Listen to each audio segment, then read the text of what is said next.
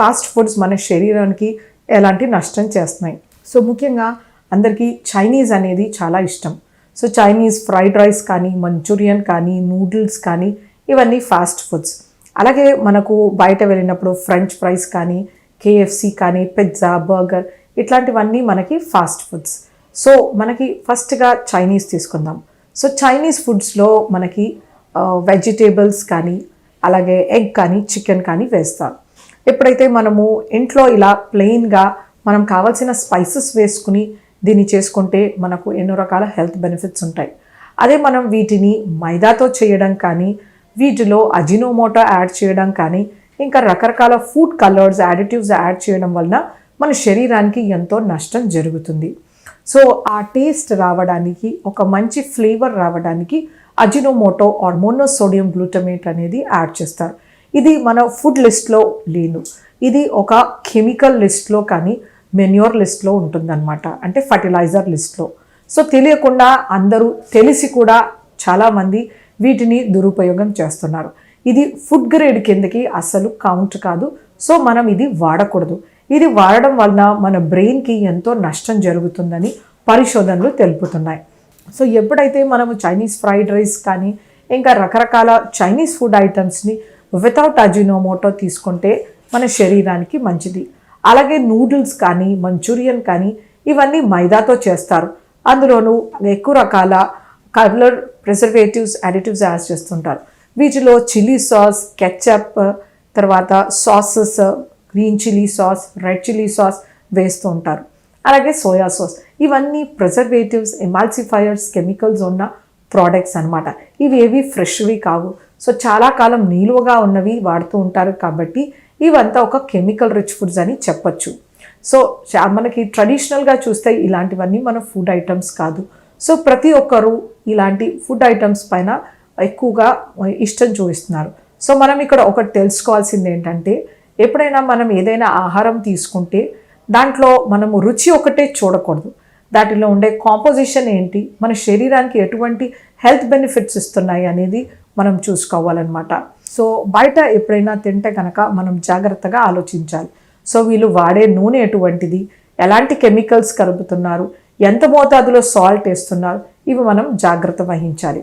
అలాగే మనకి French fries అనేవి పొటాటోని ఎక్కువగా హీట్ చేసిన ఆయిల్లో దేవుతూ ఉంటారనమాట. సో వీటిపైన రకరకాల ఫ్యాట్స్ అనేవి యూస్ చేస్తూ ఉంటారు. ఈ ఫ్యాట్స్ అనేటివి ట్రాన్స్ ఫ్యాట్స్ అని అంటారు. ఇది మన శరీరానికి ఎంతో నష్టం చేస్తుంది.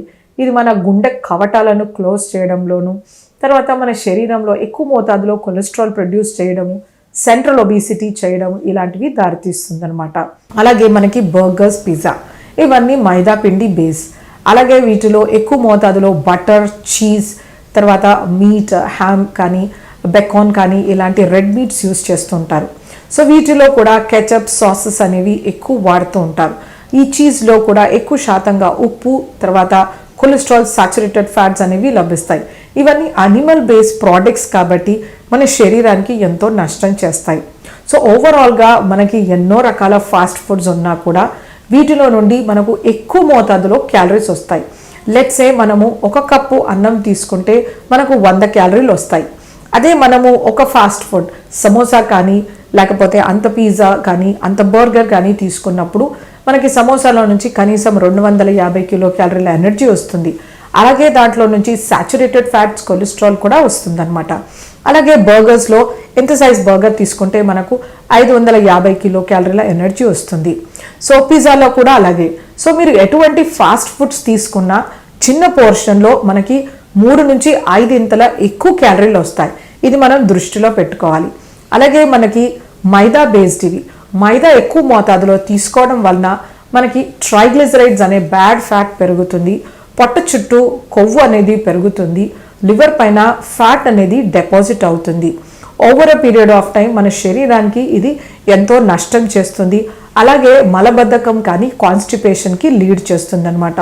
పిల్లలు, పెద్దలు ఇట్లాంటి ఫుడ్ పైన ఎక్కువ మక్కువ చూపడం వలన ఒబిసిటీ కానీ, డయాబెటీస్, కార్డియోవాస్కులర్ డిజీజ్ ఇలాంటి రకరకాల ప్రాబ్లమ్స్ అరైజ్ అవుతున్నాయి. వీటిలో బేస్ నుండి ప్రతి ఒక్క ఫుడ్ ఐటెంలో సాల్ట్ కంటెంట్ ఉంటుంది. ఒకసారి మనము వీటి కాంపోజిషన్ అనలైజ్ చేస్తే కనుక మన మంచూరియా ప్రిపరేషన్లో సాల్ట్ యాడ్ చేస్తారు. అలాగే పిజ్జా బేస్లో, బర్గర్ బేస్లో సాల్ట్ అండ్ సోడా యాడ్ చేస్తారు. దాని స్టఫ్లో సాల్ట్ అండ్ సోడా ఉంటుంది. అలాగే కట్లెట్ ప్రిపరేషన్లో ఉంటుంది, వెజిటేబుల్ పైన ఉంటుంది, చీజ్లో ఉంటుంది, బటర్లో ఉంటుంది. సో యూజ్ చేసే ప్రతి ఒక్క ఫుడ్ ఐటెంలో సాల్ట్, సోడా అనేది ఖచ్చితంగా ఉంటుందన్నమాట.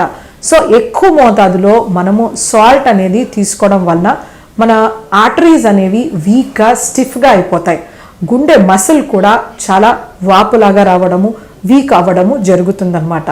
ఎముకల్లో నుంచి కాల్షియం అనేది బయటికి లీచ్ అవుతుంది. సో ఇంత మోతాదులో ఉప్పు కానీ సోడియం కానీ మనకు అవసరం లేదు.